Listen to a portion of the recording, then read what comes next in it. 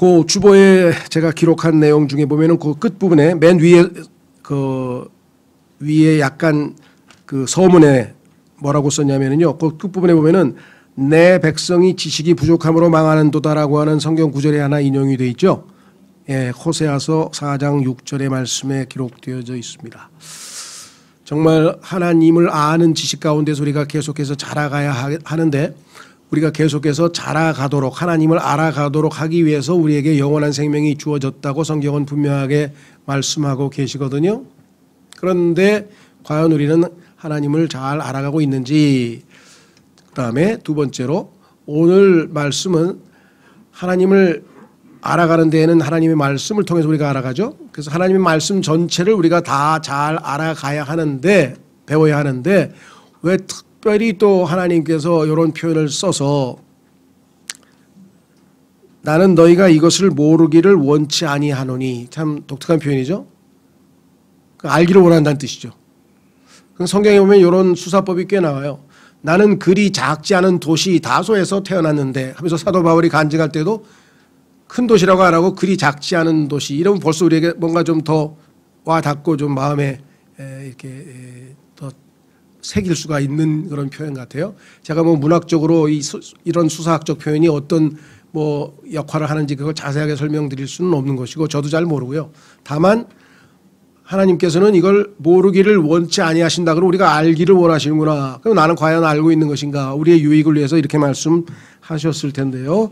그래서 한번 우리가 그 표현들을 한번 다 모아서 한번 이번 기회에 확실하게 알아두자. 알고 계신 것도 있을 것이고 가물가물한 것이 또 계실 것이고 이런 게 있었구나 생각하실 것도 계실 텐데 사실 우리가 이 땅에서 예수 그리스도를 아는 것이 영원한 생명이라고 요한복음 17장 3절에 말씀을 했죠. 제일 중요한 거는 예수님을 아는 것입니다. 그래서 예수님께서 모든 사람이 다양한 종류의 질문을 했을 때 다 답변을 하셨죠. 단 한 번도 예수님은 머뭇거리지 아니하고 답변했을 때 다 입을 다물었어요. 왜? 그분의 지혜로운 답변 앞에 더 이상 반문할 게 없어서 다 입을 다물었을 때 예수님께서는 어떻게 하셨습니까?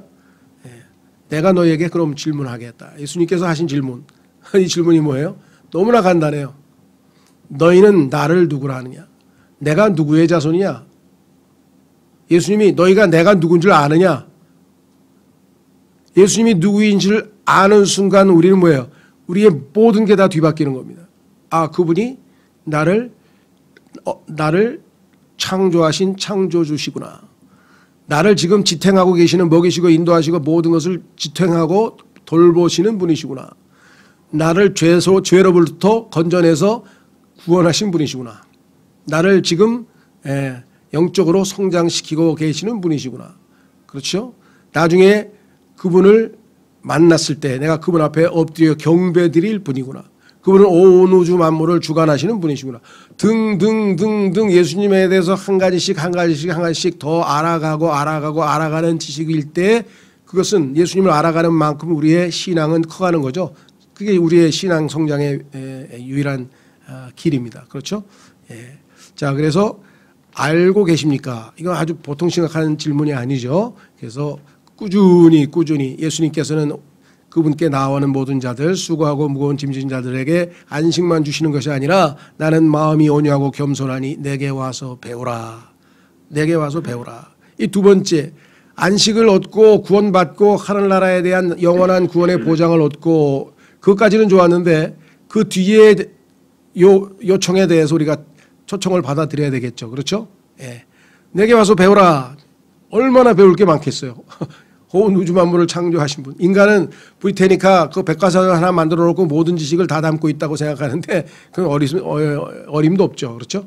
예. 인터넷에 있는 수없이 많은 그 모든 그 정보들 거기에 나와 있는 모든 그 자료들 통달 다 합해봐야 얼마 되지도 않아요.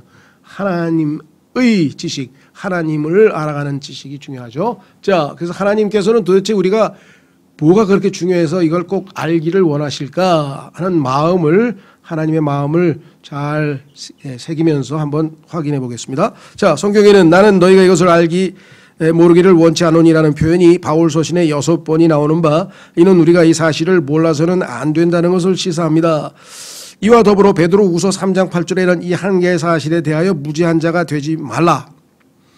그러니까 똑같은 얘기인데 베드로후서 3장에서는 표현이 직설적이에요.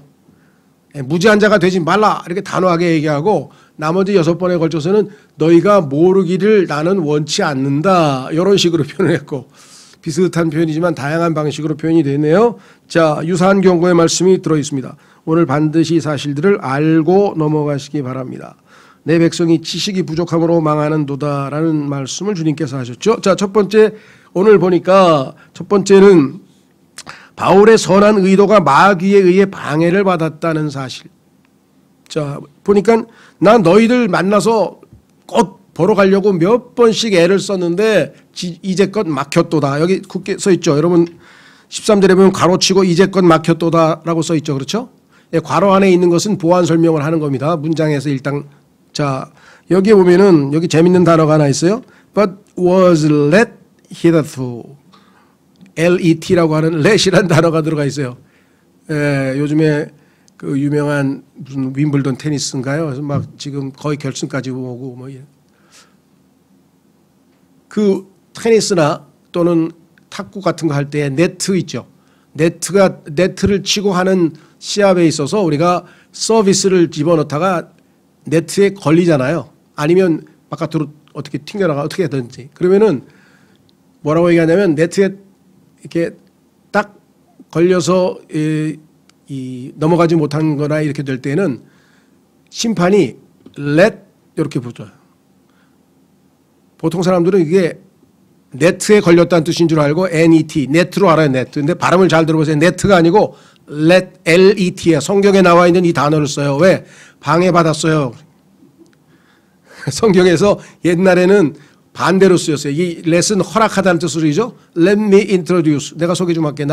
나에게 허락 좀 해달라. 이게 허락이라는 뜻으로 쓰이는데 옛날 성경에는 방해받았다라는 뜻이에요. 그래서 was let. 나 방해받아서 못 갔어. 누가 방해했어요? 마귀가. 예, 그래서 내가 그 let라는 단어가 성경에 나와 있는 단어가 오늘날 지금 테니스에도 쓰이고 다 쓰이고 있다는 거. 예, 이건 그냥 지나가는 얘기를 하는 거고요. 이 let라는 단어의 용법이 성경과 일반 세상에서는 조금 다르다.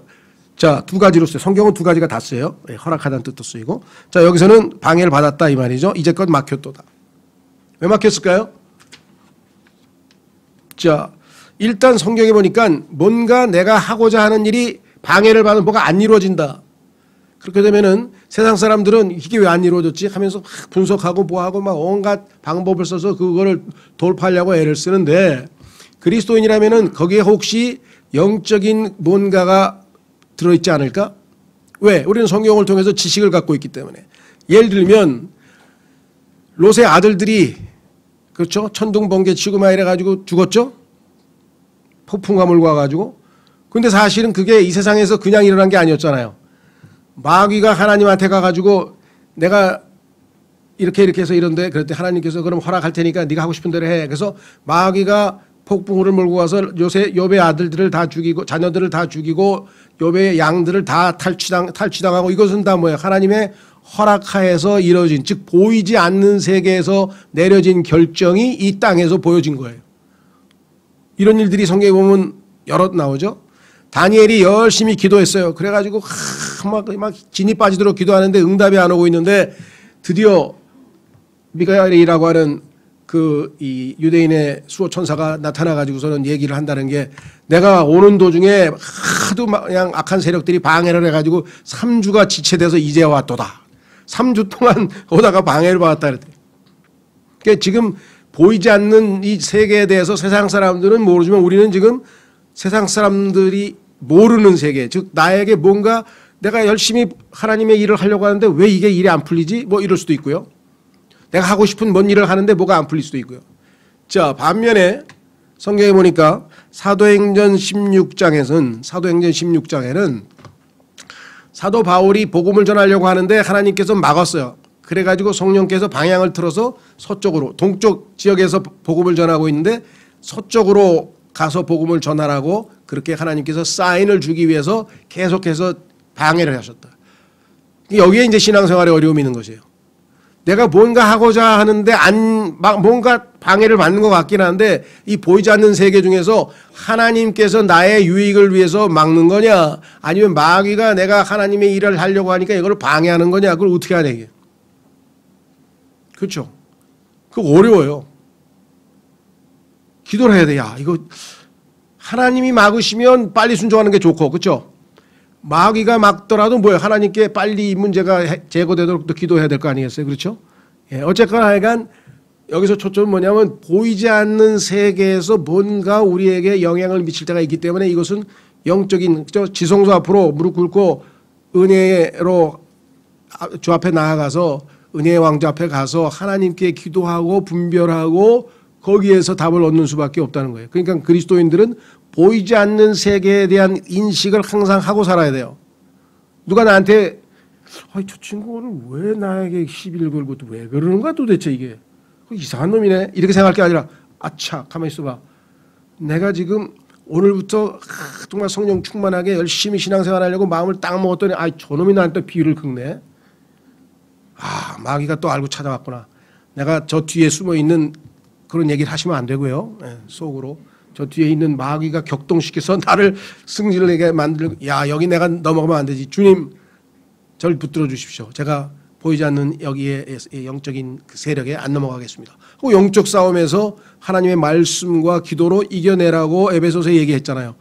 그러니까 그리스도인은 항상 보이지 않는 세계에 대한 인식을 하고 신앙생활을 아니하면 세상 사람처럼 그냥 눈에 보이는 대로 판단하고 눈에 보이는 대로 해석하면 답이 안 나오는 경우가 너무나 많습니다.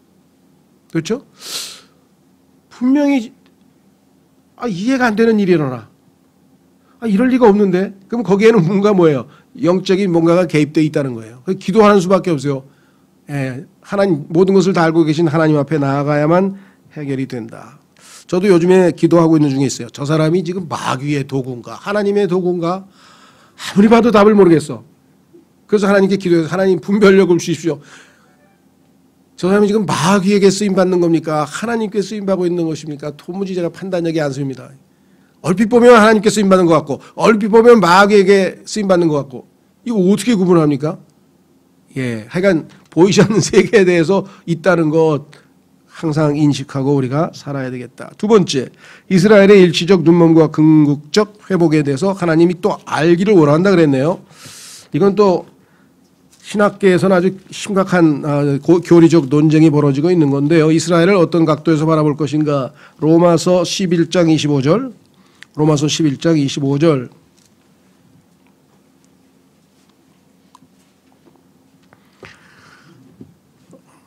형제들아 너희가 스스로 지혜로운 것으로 여기지 않게 하기 위하여 이 신비에 대해 너희가 모르기를 내가 원치 아니하노니. 자, 요 신비를 알아야 되는데 만약에 너희가 이 신비를 모르면 어떻게 되는 거냐. 네가 스스로 이 신비를 무시하면 스스로 똑똑하다고 하는 즉 하나님 앞에서 교만한 짓이 될 테니 그렇지 않기 위해서라도 너희가 잘 알아야 한다. 이렇게 얘기를 했어요. 심각하죠. 하나님 보시기에 스스로 지혜롭게 판단받으면 이건 엄청난 교만 아니겠습니까? 자, 그게 뭐냐. 그것은 곧 이방인들의 충만함이 이를 때까지 일부가 자 하나님께서 이방인들에게 지금 구원의 기회를 주셨다는 사실을 우리는 잘 알고 있습니다. 그렇죠?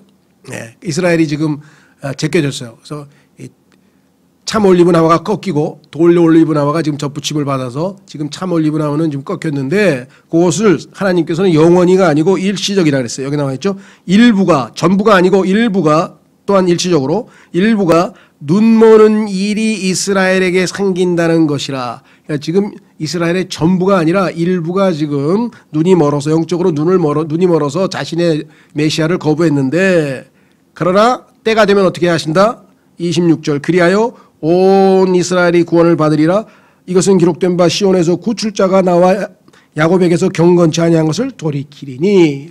그러니까 예수 그리스도께서 오셔서 그들의 백성인 이스라엘을 다시 회복시킬 것이구나. 그래서 이스라엘은 지금 일시적으로 일부가 눈멀고 있는 상태, 영적인 소경의 상태가 되어 있고 궁극적으로는 온전히 회복될 것이다. 그 내용이 지금 여기에 분명하게 나와 있는데 단순히 이러한 객관적 사실만 우리에게 관심이 있는 것이 아니라 왜 그럴까? 그것은 하나님의 신실하심 때문이다. 하나님은 자신이 한 번 결정하신 것에 대해서 돌이키는 법이 없다는 거죠. 보세요. 29절. 29절로 가시면 뭐라고 되어 있나 이렇게 되어 있죠. 하나님의 선물들과 부르심에는 뜻을 돌이키는 일이 없느니라. 하나님께서 이스라엘을 복주시기 위해서 아브라함을 불러서 약속을 했죠. 아브라함과 언약을 체결하고 그 언약이 이삭을 거쳐서 야곱을 거쳐서 이스라엘 백성들에게 주어졌는데, 이스라엘 민족에게 주어졌는데 그 약속은 변함없이 지금도 유효하다고 하는 것입니다. 그래서 결국은 하나님의 놀라우신 지혜로 이스라엘 백성들이 이방인들에게 복을 주시는, 이방인들에게 구원의 복을 주시는 그 하나님의 마음이 돌아서신 것을 보고 시기심이 나서 다시 하나님께로 회개하고 돌아오게 해서 하나님의 백성을 회복시키시는 하나님의 놀라운 섭리적 계획들을 쫙 설명을 하더니 갑자기 33절에 가서 바울이 뭐라네요. 오 깊도다. 성경에서 오가 나오면요, 여러분 한참 머물러 계셔야 돼요. 오, 왜 그랬지? 오가 왜 나왔지? 그래야지. 어떤 성경은 이 오를 다 삭제해서 번역도 안 한 성경도 있어요. 그냥 무지몽매한 사람들이죠. 그렇죠? 우리 인생에 있어서 진짜 중요한 건 뭡니까? 그 순간이 제일 중요해. 나머지는 중요하지 않아. 그냥 넘어가는 거야. 내 자식이 이 모양이야. 내가 왜 잘렸을까? 중요한 순간에 우리는 다 감탄사가 나오는데 탄식이 나올 수밖에 없잖아요. 그런데 그 탄식이 나오는 단어를 싹 성경에서 빼낸 성경도 참 마귀가 아주 교활합니다. 진짜 중요한 부분을 빼버렸어요. 시편에 보면 오가 얼마나 자주 나오는지 몰라요. 탄식밖에 안 나오는 순간이 많죠. 하나님 앞에서. 자, 그래서 바울은 이 하나님의 놀라우신 지혜, 이스라엘을 회복시키시는구나. 그거 우리가 알면 우리도 뭐예요? 와우. 요즘에는 와우죠. 와우. 대단하시다. 하나님 정말 하나님의 이 경륜, 영원한 계획, 영원부터 이스라엘을 향해서 하나님이 세우신 그것은 결코 뜻을 돌이키시옵다. 왜? 후회하지 않는다. 이 말씀이죠. 자, 그래서 하나님의 신실하심 우리가 합니다. 여기에 대해서 한 가지 덧붙일 것은요. 오늘날 소위 말하면 장로교를 포함해서 언약 신약을 믿는 대부분의 사람들은 전부 다 이스라엘과 하나님과는 이제 끝장났다. 이스라엘은 예수 그리스도를 십자가에 내어줘서 로마에게 넘겨줌으로써 그들의 역할은 끝났다. 그러면 이 시대의 이스라엘은 누구냐? 그것은 바로 교회다. 그래서 오늘날은 하나님과 이스라엘은 이제 더 이상 관계가 다 끊어졌고 오직 하나님은 교회만을 상대로 하신다. 그래서 교회가 이스라엘을 대체했다. 이것이 대세입니다 지금. 그걸 대체신학이라고 그래요. 그러니까 오늘날은 이 거의 대부분의 사람들이 대체신학을 하고 일부 세대주의를 받아들이는 사람들, 하나님의 말씀을 올바로 나누어서 공부하라고 하는 그 말씀에 순종해서 세대주의를 받아들이시는 분들과 대체신학을 받아들이지 않는 일부 장로교를 포함한 일부 목사님들은 성경대로 여기 나와 있죠. 이스라엘의 회복과 하나님께서 신실하셔서 이스라엘을 회복하시겠다는 약속을 반드시 지키실 것이다 라고 하는 사실을 믿습니다. 그래서 지금도 이스라엘이라고 하는 나라가 어떻게 하나님께 행하고 있는지를 주목하고 있죠. 뉴스에서 이스라엘을 주목하고 있는 사람들은 하나님의 말씀을 지금 보고 있는 것이겠죠. 심지어 이 사람들은 이스라엘을 얼마나 싫어하는지, 이스라엘을 싫어하는 세계적인 트렌드를 엔타이세미티즘이라고 그래요. 반유대주의. 셈족의 대표가 유대인이기 때문에 엔타이세미티즘 하면은 반유대주의인데, 기독교 내내 이건 정말 이 로마 카톨릭이 잘못한 것 중에 하나예요. 하나님께서는 아브라함을 복주라 그랬는데, 복주는 자는 복주고 저주한 자는 저주한다 그랬는데, 기독교 소위 말하는 카톨릭이라고 하는 교회가 앞장서서 계속해서 지금까지 반유대주의를, 왜? 우리 주님을 죽인 민족이야 저놈들은, 이렇게 해서 이스라엘에 대한 반감을 불러일으켜 가지고요. 근데 이스라엘을 죽인 사람이, 이스라엘을 넘겨줬지만 실제로 죽인 건 누구예요? 로마 제국이 죽였죠. 로마 제국이 예수님을 십자가에 죽였잖아요. 자, 그래서 이건 미묘한 내용인데 하여간 그 이스라엘에 대한 하나님의 신실하신 사랑에 대해서 거부하는 경우, 그래서 하나님께서는 이스라엘을 completely 완전하게 다 버렸다 이렇게 해서 성경에 그런 없는 구절을 성경을 뜯어 고쳐서까지 이스라엘과 하나님과의 관계를 다 끊었다고 데살로니가 전서 2장에 있는 단어 하나를 바꿨어요. 근데 이제 그건 뭐 나중에 기회 있으면 보고요. 자, 세 번째 중요한 거는 구속받은 이스라엘 백성 중 많은 사람들을 하나님은 기뻐 않으셨다. 자, 고린도전서 10장으로 가서 분명히 출애굽을 했습니다. 구원 받았습니다. 그런데 그 사람들 중에서 하나님께서 왜 기뻐하지 않은 사람이 있었을까? 그 후에 하나님께 순종하지 않았기 때문이겠죠. 그리스도인들도 마찬가지죠. 그리스도인들이 구원받은 사람이 100명이면은 지금 현재 하나님 보시기에 하나님을 기쁘시게 하고 하나님이 흡족하실 만큼 잘 성장하고 있는 그리스도인이 몇 %나 되겠어요? 이 세상에도 이 세상에 있는 자녀들 20대까지 10대부터 20대 자녀들 다 모아놓고 효자인 사람 한번 나와보라면 몇 명 나올 것 같아요? 100명에 몇 명이 효자인 것 같습니까? 여러분들 보시기에. 드물죠. 하나님께서도 마찬가지예요. 지금 성경에 보니까. 자, 고린도전서 10장에 가시면 이런 이야기가 나옵니다. 구원은 다 받았어. 이스라엘 백성이 10장 1절 또한 형제들아 나는 이것을 너희가 모르기를 원치 아니하노니 이것도 알아둬야 된다. 뭐냐? 곧 우리 조상들이 다 전부 다 구원받았어. 다 구름 아래에 있고 모두 바다를 지나가며 모두가 구름과 바다 속에서 모세에게로 침례를 받고 모두가 같은 영적 음식을 먹으며 만나 모두가 같은 영적 음료를 마셨느니라. 하나님이 다 먹을 거 입을 거 다 영적으로 다 준비해 줬는데 그들이 자기들을 따라가던 영적 반석으로부터 마셨는데 그 반석은 그리스도였느니라. 그러나 하나님께서 그들 중에 많은 사람들을 매우 기뻐하지 아니하셨으므로 그들이 광야에서 쓰러졌느니라. 이 사실을 너희가 모르기를 원치 않는다. 잘 알아두라. 왜? 6절에서 있잖아요. 이제 이런 일들이 우리의 본보기가 되었으니 교회 시대 성도들에게도 본보기가 되었으니 이것은 그들이 탐한 것 같이 우리도 악한 것들을 탐하지 아니하게 하려 함이라. 그들 중에 어떤 자들과 같이 너희는 우상 숭배자가 되지 말라. 에베소서 5장 5절에 탐욕은 우상 숭배라. 골로새서 3장 5절에 탐욕은 우상 숭배라. 그리스도인들 중에서 어리석은 사람들이 있어요. 나는 다른 건 뭐라도 우상 숭배는 안 해. 내가 무슨 뭐 절에 가서 뭐 빌기를 한다. 무슨 뭐 도깨비를 보고 뭐 우리 집에 형상도 하나도 없어. 하면서 막 좋아하는 사람이 있어요. 근데 여기서 성경에 말씀하시는 우리의 영적인 우상 숭배는 탐욕이에요. 탐욕. 필요 없는데 갖고 싶은 거 한두 개예요, 여러분들? 꼭 필요해요? 여러분이 쇼핑한 게 꼭 필요해서 샀어요? 자, 생각해 보세요. 자, 그래서 우리는 하나님께서 구원 이후에 얼마만큼의 순종에 따라 하나님을 기쁘시게 할 수 있는지 없는지가 결정이 되는 건데 많은 사람들이 기뻐하지 않았다. 그러니까 소수의 무리가 주님께 충성하는 거예요. 이거 어쩔 수가 없어요. 그렇죠? 우리 각자가 마음을 다지고 내가 주님께서 가신 그 좁은 길, 주님과 함께 멍에를 메고 자기 십자가를 지고 주님을 따른 길을 가야 되겠죠. 그래서 이스라엘 백성들도 많은 사람들이 이렇게 실패했어. 광야에서 다 죽었어. 가나안 땅으로 건너간 사람 몇 명 안 돼. 영적인 진정한 축복을 누린 사람은 몇 명 안 된다. 이렇게 얘기를 했습니다. 그다음에 네 번째로 영적 성물들에 대해 무지해서는 안 된다. 자, 12장으로 가시면 선물 있죠. 선물. 하나님이 주신 선물이 뭔지를 모르면 이건 곤란한 얘기죠. 형제들아 이제 나는 영적 선물들에 관하여 너희가 모르기를 원치 아니하노라. 성경에서 하나님께서 옛날에는 이걸 선물을 은사라고 번역을 했는데요. 자, 하나님이 주신 선물 로마서에 써 있고 로마서 12장, 그 다음에 고린도전서 12장, 그 다음에 에베소서 4장.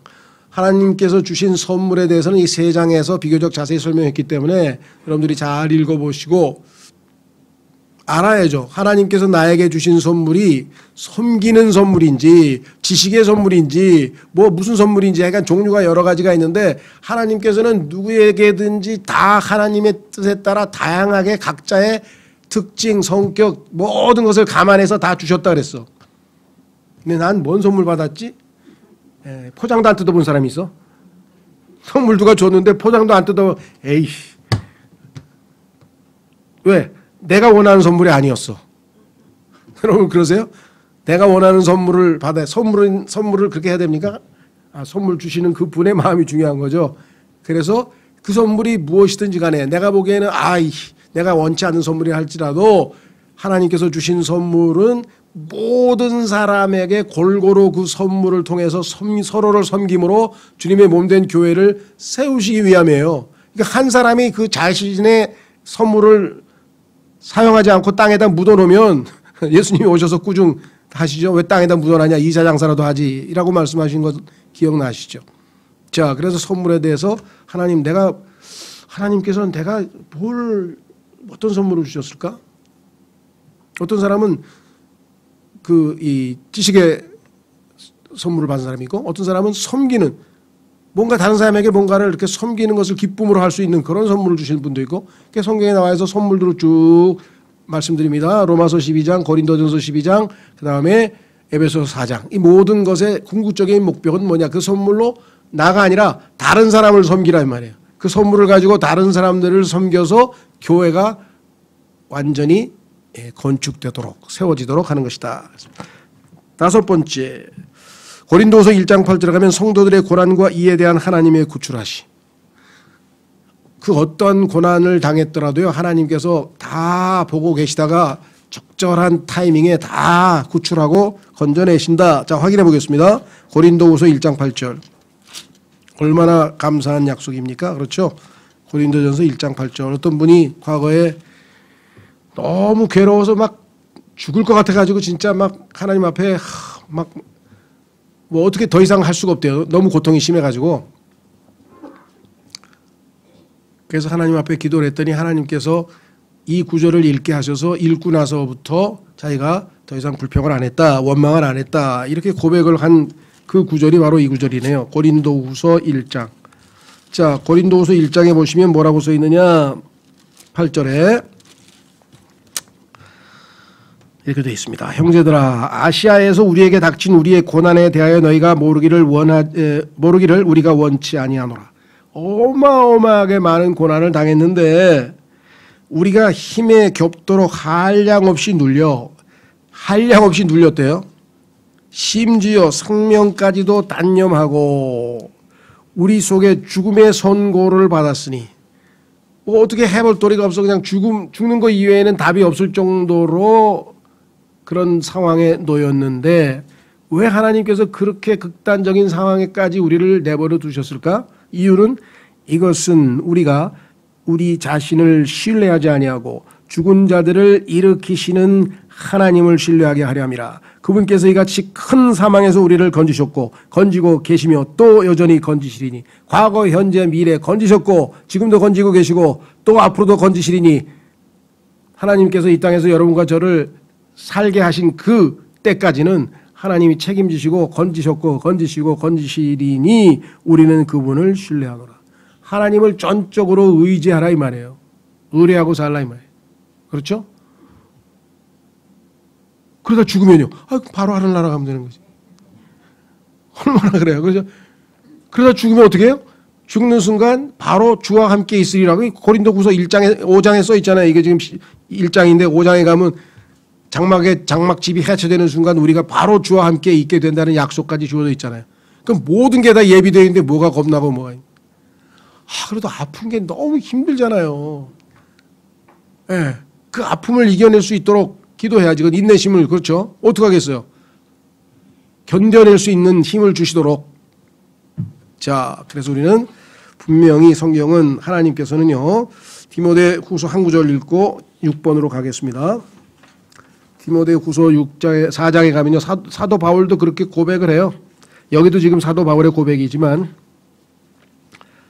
디모데후서에서도 자기의 인생을 마무리하는 유언장과 같은 디모데후서 4장에서도 또 얘기를 합니다. 자기가 얼마나 어려운 일을 겪었는지. 그 중에 하나가 뭐냐면요, 자기하고 함께 지내던 동료들이 싹 다 버렸어. 자기를 재판받는데 가서 지금 재판받고 있는데 위로도 안 해주고 다 없어져 버려요. 어디 갔는지 안 보여 다. 예? 그래서 너무나 외롭고 힘들고 그런 상황인데도 불구하고 17절, 그럼에도 불구하고 주께서 나와 함께 서서 나를 강건하게 하셨으니 이것은 나로 말미암아 그 선포한 말씀이 온전히 알려져서 모두 이방인들이 듣게 하려 하심이라. 내가 사자의 입에서 구출되었느니라. 사자는 성경에서 우는 사자 기억나시죠? 마귀가 얼마나 많은 사도 바울의 복음 사역을 방해했는가. 주께서 나를 또한 나를 모든 악한 일에서 건져내시고 지금도 건져내고 계셔. 매일매일 또 자신의 하늘 왕국에 이르기까지 주님 만날 그날까지 보존하시리니 건지셨고 구출하셨고 건져내시고 보존하시리니 그분께 영광이 영원 무궁토로 있기를 원하노라. 그러니까 하나님이 데려가시기 전에는 여러분 절대 안 죽으니까 걱정하지 마세요. 어떤 상황에서도 주님을 신뢰하고 의지하면 됩니다. 자, 마지막 여섯 번째 데살로니가 전서 4장 13절은요. 저희 교회 성도들은 아마 특히 그 장례식장에 참여하신 분들은 아마 제가 알기로는 거의 15명인가 16명 되니까 뭐 귀가 닳도록 들으셨을 것 같아요. 그렇죠? 이분들은 이제 영원히 가는 게 아닙니다. 조금 있으면 주님이 데리고 오신다 그랬으니까 다시 만날 겁니다. 그러니까 이 말씀으로 서로 위로하세요. 써 있죠? 잠자는 자들을 하나님께서 휴거 때 데리고 온다는 사실을 반드시 알기를 원한다. 그러니까 이별의 슬픔을 우리가 당연히 겪죠. 왜? 같이 있다가 자식이 군대만 가도 막 슬프고 이렇게 해외 유학만 가도 아이고 이제 언제 보냐 그러고 막 슬픈 게 인간인데 언젠지 모르지만 약간 떠나갔잖아요. 이거 볼 수도 없게 됐잖아요. 그러나 이 세상 사람들 소망이 없는 자 이런 사람들만큼 그렇게 슬퍼할 필요는 없다. 왜? 조금 있으면 데리고 오신다는 약속이 있지 않느냐. 그거를 너희가 모르기를 원치 않는다 이 말에 하나님께서 확인하고 넘어가겠습니다. 자, 데살로니가 전서 4장. 데살로니가 전서 4장. 여러분들은 확실한 약속의 말씀이 있는데 그 약속을 잘 기억하라 이 말이죠. 예. 데살로니가 전서 4장에 이렇게 주님께서 쓰셨네요. 13절. 그러나 형제들아 잠자는 자들에 관하여 너희가 모르기를 내가 원치 않으니. 잠잔다고 하는 것은 육체적으로 죽은 사람들이죠. 예, 죽은 사람들. 이것은 너희가 아무 소망 없는 다른 사람들과 같이 슬퍼하지 아니하게 하려 함이라. 슬프긴 슬프지만 세상 사람들처럼만큼 슬퍼할 필요는 없다. 왜? 이걸 알면 돼요. 14절. 우리가 예수님께서 죽으셨다가 다시 일어나셨음을 믿을진대 부활을 믿으니 그와 같이 예수님 안에서 잠자는 자들도 하나님께서 그분과 함께 데려오시리라. 그렇죠? 분명히 이런 약속이 있으니까 더 이상 우리는 너무 지나치게 슬퍼할 필요 없다. 자, 마지막은 좀 강력하게 무시하지 말라 하고 좀 직접적으로 단도직입적으로 얘기를 했네요. 베드로후서 3장 8절로 가보겠습니다. 베드로후서 3장 8절.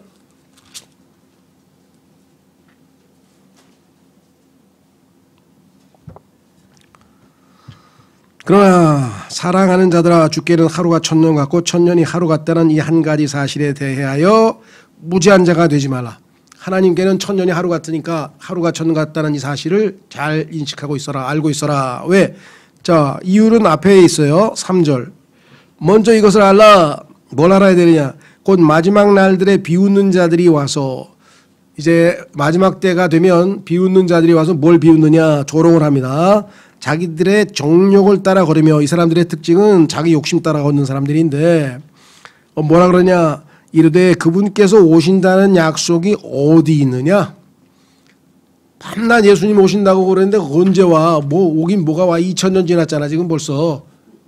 그랬더니 그건 네 생각이고 하나님께서 2000년밖에 안 지났잖아. 왜요? 2000년밖에요? 그래? 그게 이틀밖에 되냐 이게. 하나님 보시기 이틀밖에 안 지났는데 뭘 이렇게 좀 더 기다려봐. 그러셨죠? 자, 그래서 뭐라고 얘기했냐. 9절. 주께서는 자신의 약속에 대해 어떤 사람들이 주님을 신뢰하지 않고 성경을 잘 모르는 사람들은 뭐라 그래요? 더디다고 생각하는 것 같이 더디지 아니하시며. 지금 하나님께서 지각하고 계신 게 아니에요. 지각이 아니에요. 하나님이 오신다 그래 약속을 지금 늦추고 있어서 지각하고 계신 게 아니고 오직 우리를 향하여 오래 참으사 아무도 멸망하지 아니하고 모두 회개에 이르기를 원하시느니라. 하나님의 긍휼 때문에 지금 참고 계시는 거예요. 조금 더 이 땅에 있는 사람들에게 기회를 주시기 위해서 참고 계시는 거지 더디 오시는 게 아니다 라고 분명하게 말씀을 했고요. 주께서 정하신 때에는 당연히 확실하게 나타나신다. 성경에 보니까 예수님께서 appeared 나타나셨다 라고 하는 표현이 3번이 나와요. 2000년 전에 나타나셨죠? 그렇죠. 지금 현재 나타나 계신데요. 왜 우리 눈에는 안 보이는데 그걸 보니까 하나님 앞에 지금 셋째 하늘에 하나님 앞에 나타나 계신데 appear 나타나 계시고요. 그 다음에 이 지상에 shall appear 다시 나타나실 것이라고 되어 있어요. 분명히 약속도 있죠. 그렇죠? 예, 근데 늦게 우리가 생각할 때는 더디다 이렇게 생각하는 분이 계실지 모르겠지만 분명히 아니라고 말씀을 했어요. 그렇게 조롱하는 사람들에 대해서 우리는 하나님께는 하루가 1000년 같고 1000년이 하루 같다는 사실을 우리는 믿고 있다. 그래서 하나님은 더디인 게 아니라 오히려 긍휼을 베푸시고 기회를 지금 주고 계신 것이다. 혹시라도 당신이 아직 예수님을 잘 모르면 이 기회를 놓치지 말았으면 좋겠다. 이렇게 우리가 얘기를 해야 되겠죠. 자, 그래서 우리는 적어도 성경에서 아주 단도직입적으로 모르기를 원치 아니한다. 무지하지 말라라고 한 7가지를 살펴봤습니다. 그렇다고 이것만 알고 그러면 끝이냐? 아니죠. 예, 특별히 하나님께서 이런 표현으로 강조하셨기 때문에 우리가 좀 주목을 해서 더 정확하게 알고 있자는 취지입니다. 그래서 다시 말씀드립니다. 영적인 세계가 우리에게는 있어요. 그래서 방해를 받을 수도 있고요. 어떨 때는 정말 이해할 수 없는 일들이 벌어지기도 합니다. 이럴 때는 항상 하나님께 가서 영적인 눈으로 시각에서 바라봐야지 그렇지 않으면 낙담하기 쉽겠죠. 예, 그래서 여기 나와 있는 것들 다시 한번 잘 음미해 보면서 내가 참 하나님으로부터 좋은 영적 지식을 얻었다. 감사합니다. 이 말씀에 따라 우리가 잘 반응할 수 있도록 도와주십시오. 이 시간 기도하겠습니다.